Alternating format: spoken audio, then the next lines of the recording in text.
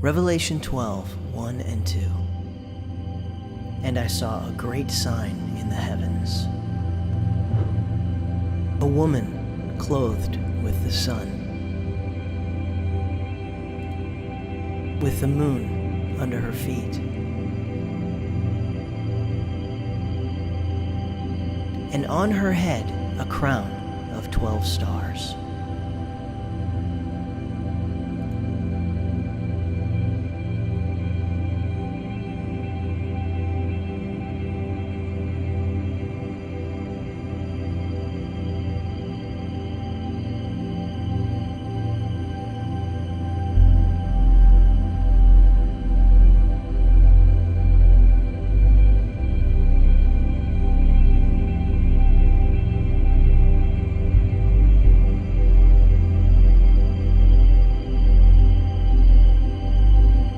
Being pregnant, she cried out in labor and in pain to give birth.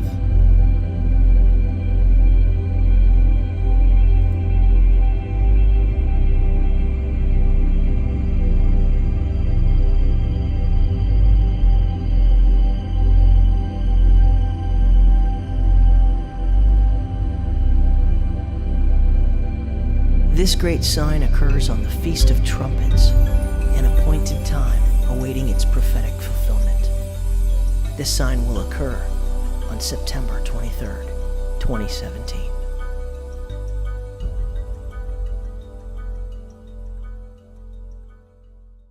Far and away, the greatest question that I receive since finding this sign that happens in 2017 and putting it on the internet is, what does it mean? Since it is a prophecy in the book of Revelation, and prophecies are meant to be fulfilled. What does it mean? So I made videos about it, 2011, 12, 13, 14, and I posted my speculations on it. I shared it, I explained it, I opened it up. But some details of my theory, my ideas of what it might mean, didn't come to pass. Sometimes a good theory, a great theory, looks fantastic on paper, but doesn't quite turn out the way that you think it should. And that's why there's the scientific method, which means that you go back to the drawing board. So lately, the biggest question that I have been receiving by far is, now what do you think? And so I've been looking at it more and more and more, since it's a big deal to me. It's kind of my baby. And I've got some new ideas. Again, I want you to know that my speculation is just that. I'm not a prophet, and I don't claim to be. But I want to look at this in light of the time that we're in. Anytime that somebody's looking at something, at what might happen in the future, you're only looking from your vantage point, and information can change, and then your vantage point can change in time. And just like people speculating on election outcomes, sport outcomes, there's variables, things change, and doesn't make you a prophet or a false prophet if you're not right about that. So keep in mind, this is just speculation. However, this is a prophecy that is in Scripture, and it is coming, and it means something. So let's take a look at that. Are you ready? This is going to be your time not to browse the internet, so sit back, and I think that you're going to get something out of this. Thanks for watching. Here we go.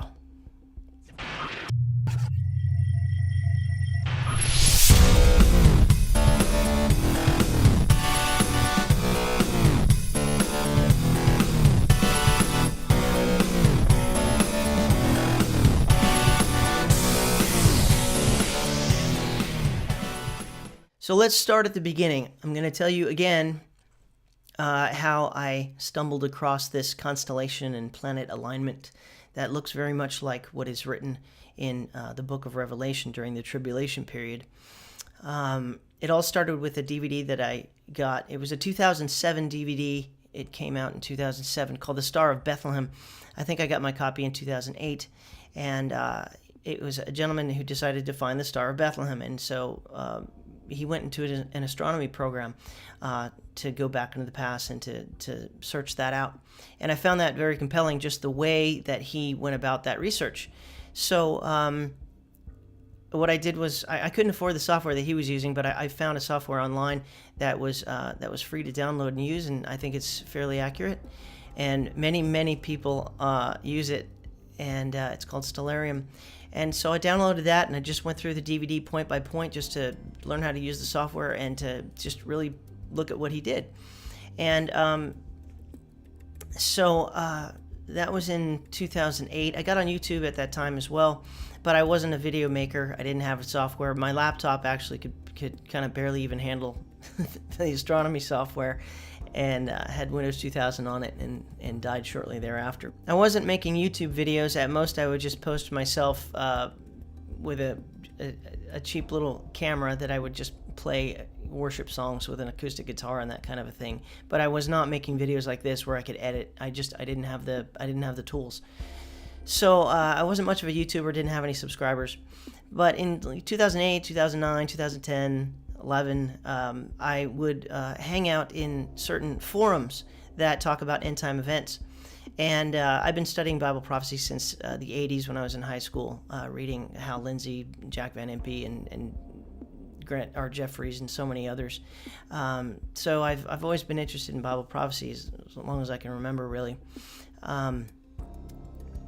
But in these forums, somebody had, and this is after I had the Stellarium and knew about the Star of Bethlehem DVD, and somebody posted a screenshot and said it was the Revelation 12 sign. It was a screenshot from the software, and I recognized it because it was the same images, and so I looked at this person's post and the image that was given, and it really intrigued me, and I looked at it, and you know, I read the scripture again, and it just didn't seem to jive with me. So I went into my software, and knowing that the book of Revelation from chapter 4 forward through 22 is all yet future, I just started going into the future, and the woman, Virgo, is always clothed in the sun in the fall. And so you can kind of narrow it down to the fall. The sign always happening in the fall. The woman's always clothed in the sun in the fall. So that was pretty simple. I would just go to the fall and find the woman clothed in the sun, and then find when the moon is at her feet, and the moon always passes her feet at some point, because that's the new moon time. And so that was easy enough to find. Each month I did, 2011, 2012, 2013, 2014, 2015, 2016, 2017. And I hit 2017, and I saw this alignment, and I thought that's pretty interesting. I'll make a note of that. 2018, 2019, 2020, 21, 22, 23. I think I went into the 30s, and then I said, this is getting ridiculous, because I kind of think that the end times are a little sooner than that. So I went back to 2017, and I really kind of studied it out. And then what I did was, vaguely studied it out. Then I took a screenshot, and I posted it. And in a forum, and it got some attention, and some people who were YouTubers who they saw it as well. It just started getting around, and then within a matter of weeks, people were posting in the forum videos about it. And I said, wait a second. And of course they didn't mention me, because who am I? I'm nobody. I have no subscribers. I'm not a YouTuber, really. And so I said, well, you know what? I gotta make videos, I guess. And so I ended up figuring out that after, I don't know, some amount of time, weeks, months. But I finally put up my first video in sort of early 2011. And that's how it kind of really started to take off from there. And then I kept studying it. I kept learning a little bit more, and so I would make another video and another video and another video. And that's how my subscriber base really kind of started, is because of that. And then, of course, I didn't even really take the Revelation 12 sign seriously, because, I kind of believed it, kind of didn't. I was just kind of like, me, I'm going to find it right. So I was actually far more interested in the blood moons at the time, because Mark Biltz found the blood moon tetrad patterns, released that in 2008, and I just found that more interesting. It was just a bigger deal to me. However, with that backstory, I want to show you my first theory that once I made a timeline with my friend Mike Rogers, which we kind of stole the idea from Luis Vega, is to put all the eclipses in a line. Thanks, Lou.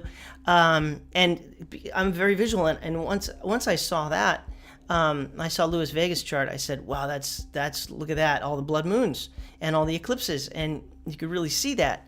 And so with my friend Mike Rogers, I didn't have Photoshop. I didn't know how to do graphics or anything like that. All this stuff that I do now is like pretty new in the last 5 years. And so we made some early charts, again, sort of copying Luis Vega's charts. And then what I ended up doing is I ended up putting the Revelation 12 sign on the chart. And then once looking at that, I thought, whoa, here's maybe something. Let's, so I want to show you what I did, because my theory formed based on the sight of the timeline with the tetrad and the Revelation 12 sign, if in fact it's that, what happens in 2017 and what happens in 2014 and 2015, the tetrad. So let me go back and I'll show you what I saw and then how my theory developed on that, and then I'm going to tell you why it didn't work, and then I'm going to show you what are my thoughts next. I put the Revelation 12 sign on this chart. Again, the blood moon tetrad is here, and where John mentions the Revelation 12 sign is in, Revelation 12, but in Revelation 11, 12, and 13, he mentions by number the numbers 3.5 years numerous times, that the two witnesses are killed in Revelation 11 after they have had a ministry for 3.5 years. The woman here is escapes to the wilderness to be protected for 3.5 years. So there's 3.5 years prior and 3.5 years after that. Also, that the Antichrist is going to be given power for 3.5 years. That's in Revelation 11, 12, and 13. So by number, I think about 4 times. I've made these videos that really opened it up already. Revelation 11, 12, and 13 all describe mid-tribulation events. And so when I noticed that September of 2017, if you count back 1 September in 2016, that's 1 year. Another September in 2015, that's 2 years. Another September in 2014, that's 3 years. And then you go to the spring, that's 3.5 years. And that just happens to begin this tetrad. So 3.5 years. So to me, that was pretty interesting, because John mentions in the middle of the tribulation chapters numerous times that there's 3.5 years prior to when he's writing about those events, and 3.5 years after that. So I made this chart, and green here is 3.5 years before the sign, this sign. Yellow is the sign, this arrow, and then 3.5 years after the sign. Okay, I'm just studying. I'm not trying to, I wasn't trying to make people believe that the tribulation was going to begin in 2014 when the first blood moon hit. That was never my intention. I've never said that, but I think what happens with certain videos and graphics is people will see things, and there are people today, and I kind of blame myself for this. There are people today in this community that think that we're in the tribulation period right now, and that think that somehow near that beginning of the tetrad that the tribulation began, and it did not. It's very clear how the tribulation begins, and that's with a peace agreement by a world leader who is the Antichrist, a peace agreement between Israel and the other nations, and we know there's no peace. So that clearly hasn't happened. On top of that, the rapture has to happen before he's even revealed. So we're not in the tribulation period. Some people believe that we are. Some people make charts and all kinds of stuff, and I can only imagine that, I was the first person to put that out there, and I never said it directly, but people, I think, took away that, and I'm sorry. And so that's kind of why I want to clear this up. We're not in the tribulation period. The tribulation did not begin at the tetrad. It's a sign. They're all signs. Joel writes, he says that the sun will go dark and the moon will turn to blood before the day of the Lord. Before. So this is before. And I think these two eclipses here might be those very things that Joel writes in Joel 2:31. So this was my first chart, of which people have been asking me, because here we are over here right now, and so how could this be the middle of the tribulation if we're not in the tribulation period? Well, that's what I want to clear up. I'm looking at it in a different way now. Let's take a look at that. It's this chart that I believe a lot of the questions come from, because this chart is an old chart before the tetrad happened in 2014 and 2015 in some of my older videos, where I said that Revelation 12 is mid-trib. And this sign happens in 2017 in the fall. So the idea is, well, then the Feast of Trumpets in 2017 would be a mid-trib time period, because Revelation 11, 12, and 13 clearly describe the mid-tribulation events, as Revelation has an overall chronological outline. Not everything in the book of Revelation is mentioned like word for word chronologically, but it has an outline of a beginning, a middle, and an end. The church age is mentioned 19 times in chapters 2 and 3. It's church, and then the church isn't mentioned anymore. The rapture seems to occur in chapter 4. The church is seen wearing crowns and white in chapters 4 and 5, casting crowns at the throne, at the feet of the Lamb, the Lion of the tribe of Judah, Yeshua. And they're wearing crowns because the Bema Seat judgment has happened. Nobody has crowns yet because that award ceremony hasn't happened. So what's John looking at? He's looking at the church, and they clearly say, those 24 elders clearly say that they have been redeemed by the blood of the Lamb. Who's that? That's people. That's Christians. So the church is in heaven in chapters 4 and 5, and then Yeshua takes the scroll and he starts breaking the seals in chapter 6, which is when the tribulation begins. And then around 11, 12, and 13, that's when all the mid-trib events are being described. And then chapter 19 is the second coming to earth. His feet touch the Mount of Olives. He comes back to Jerusalem, sets up a millennial kingdom.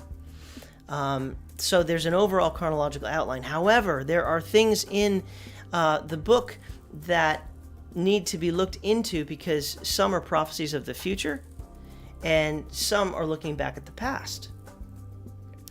I said Revelation 12 is mid-trib, and so this gives the idea that you count 3.5 years back, and maybe the rapture and the tribulation would begin over here. That cannot. This is where my hypothesis is not correct anymore, because time has proven that it's not, and that's okay. So we go back to the drawing board and we try to look closer at what's going on. What was John really writing? What was his writing style? What was he trying to convey the way that he was writing? Because this scenario doesn't work anymore. It was a great idea on paper. It was a good theory back this direction, 2011, 12, and 13. It's the first thing you think of, and you have no reason to really change it until time makes you change it. So that's what this video is for, to answer the question, why did John mention this sign in the chapters of all the mid-tribulation events? But it can't be, because we're not in the tribulation now. Here we are right here at the time of this video, and the tribulation is a 7-year period. This can't be mid-trib here when this sign actually literally occurs in the heavens. So what's the answer? Here's my idea. I want to show you something interesting in the chapter prior to the chapter that the Revelation 12 sign is mentioned in. Revelation 11. We're going to look at the writing style that John chooses to use to explain the ministry of the two witnesses. I was given a reed like a measuring rod and was told, "Go and measure the temple of God and the altar with its worshippers. But exclude the outer court. Do not measure it, because it has been given to the Gentiles. They will trample on the holy city," that's Jerusalem, "for 42 months. Right there is a mention of the latter 3.5 years. "And I will appoint my two witnesses, and they will prophesy for 1,260 days. That is a mention of the prior 3.5 years of the 7-year tribulation period. They'll be clothed in sackcloth. They are the two olive trees, the two lampstands, and they stand before the Lord of the earth. If anyone tries to harm them, fire comes out of their mouths and devours their enemies. This is how anyone who wants to harm them must die. They have power to shut up the heavens so that it will not rain during the time they are prophesying, and they have the power to turn waters into blood and to strike the earth with every kind of plague as often as they want." This would be happening if the tribulation were in effect right now. Is this happening? No.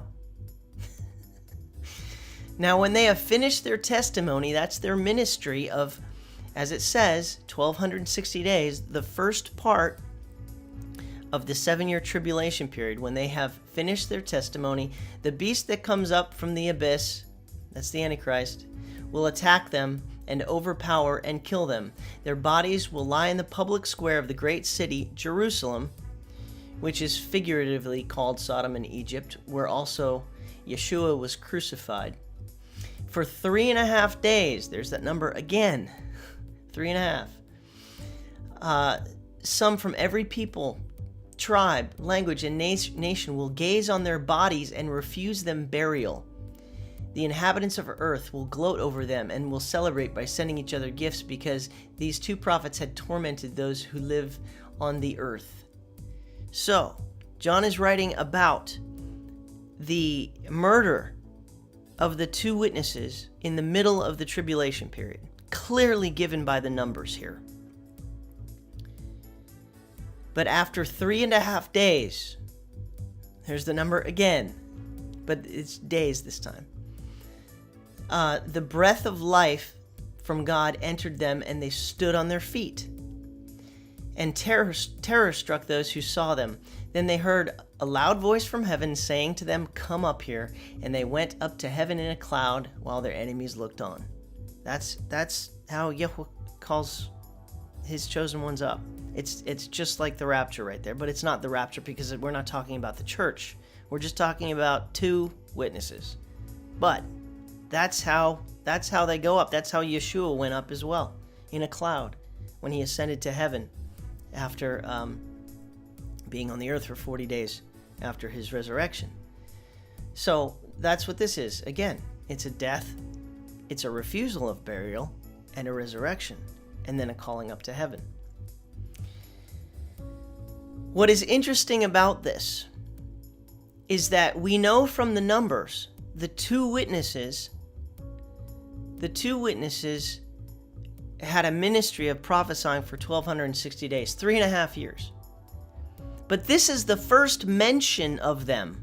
The first time that he mentioned the two witnesses is in the middle of the tribulation. Just tells the whole story right there. He could have started in Revelation 6 at the beginning of the tribulation period and said, "And then the two witnesses came out, and their ministry was to do this for 3.5 years. And I'll tell you when we get to Revelation 11 about their murder." He didn't do that. He just completely, he just brushed over the whole ministry of the two witnesses until the 11th chapter, and then told the whole story. That's a certain writing style. He just chose to tell it there. However, it began 3.5 years prior to that.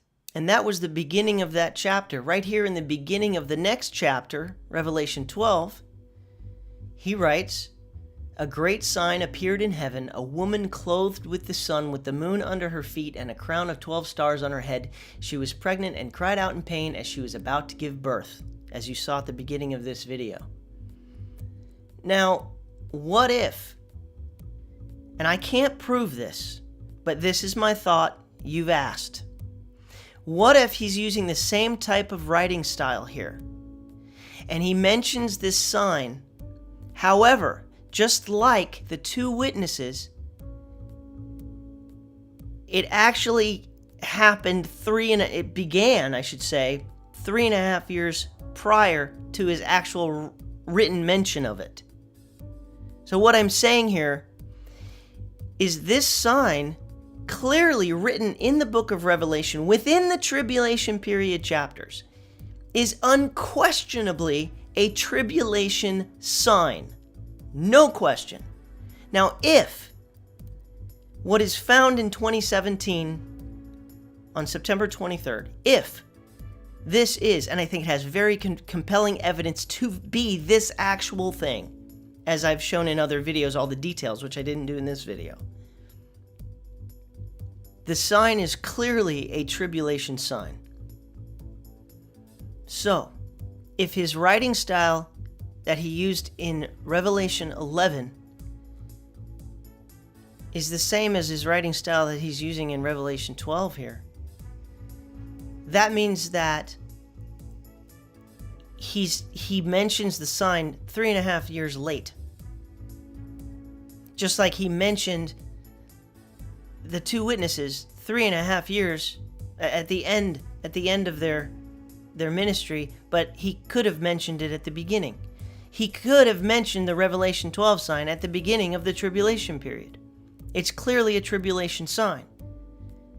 So, my thought, subject to change, is that this is a sign of the beginning of the tribulation period. And I say that cautiously, my friends. Do not quote me on saying that this sign, that 2017 is definitely the beginning of the tribulation period. Scotty said so. I cannot prove this. The numbers going backwards are not here. The numbers going forwards are here. It says in verse 5, she gave birth to a son, a male child, who will rule the nations with an iron scepter. And that's how he rules and reigns in the millennium period. And her child, this is again the Messiah, this is Yeshua, was snatched up to God and to his throne. The woman, that's Israel, fled into the wilderness to a place prepared for her by God where she might be taken care of for 1,260 days. That's the last part of the tribulation period. And this alludes right back to, John is basically confirming exactly what Yeshua said when he told the Jews.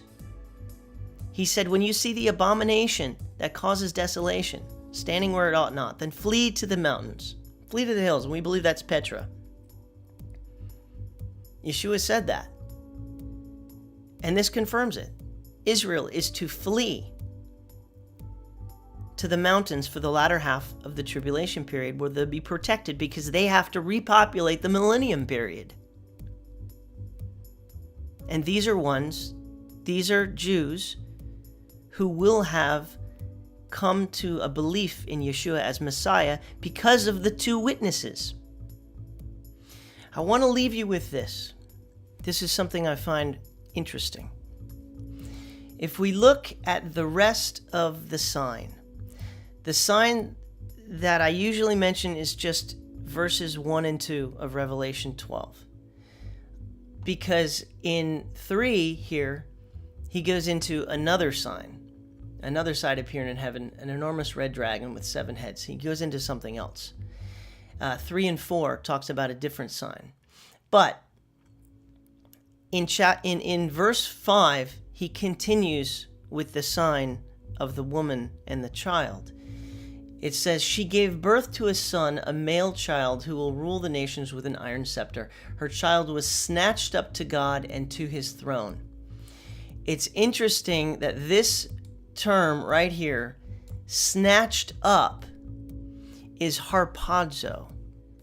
If we go down to Revelation 12:5, This is harpazo. Her child was caught up, or it could be snatched up, caught up. It's the same thing. But this is, harpazo is the Greek word of which we get the word rapture from. In this parallel Bible, which I have the NIV up here, it says her child was snatched up to God and to his throne. If I go over to the Latin Vulgate, this is Latin, but where snatched up is, it says raptus. Raptus is where we get our word rapture. So I find it interesting that by word mention, the usage of the word which we get rapture from is used in this very sign. So technically, you could say that the rapture is connected to the Revelation 12 sign. It doesn't say that the church was raptured here. It says that the child was caught up to God in his throne, and that technically happened when he ascended to heaven after his resurrection. But it could have used other word usage. It used rapture, harpazo in the Greek, caught up, snatched up. And that's the very word that's in the rapture passages, harpazo, rapture. If you read 2 Corinthians 12, there's a story where Paul himself talks about himself in the third person, and he says that he was raptured. He was caught up to heaven so that he could learn all the things that he would teach the church, because he was downloaded with mysteries like the rapture itself, which was a mystery until Paul revealed it. And he writes, he was talking about himself. He says, such a man was caught up to the third heaven. Caught up. This is harpazo. And then this is in verse 2. And then in verse 4, he says it again about himself, was caught up into paradise. And then a famous rapture passage, 1 Thessalonians 4:17, again, it's harpazo in the Greek. It says that those who are alive and remain will be caught up together to meet Yeshua in the clouds. These are rapture descriptions here. And it just so happens that it's also in the book of Revelation, this word right here, caught up to God. Something interesting. Nothing to make a doctrine about, but I just find it interesting. And the tribulation, it's clearly a tribulation sign, which if Paul was using the kind of writing style, he may be talking about the beginning, but he mentions it in the middle, just like the two witnesses. And that's all I have for you today. Thank you so much for watching my videos. Thank you guys for supporting what I do. I will see you in the next video. You can click above my head to see my last Prophecy Autopsy video on finding the Feast of Trumpets, or click this box to see the last song that I just wrote. I'll see you guys next time. Bye.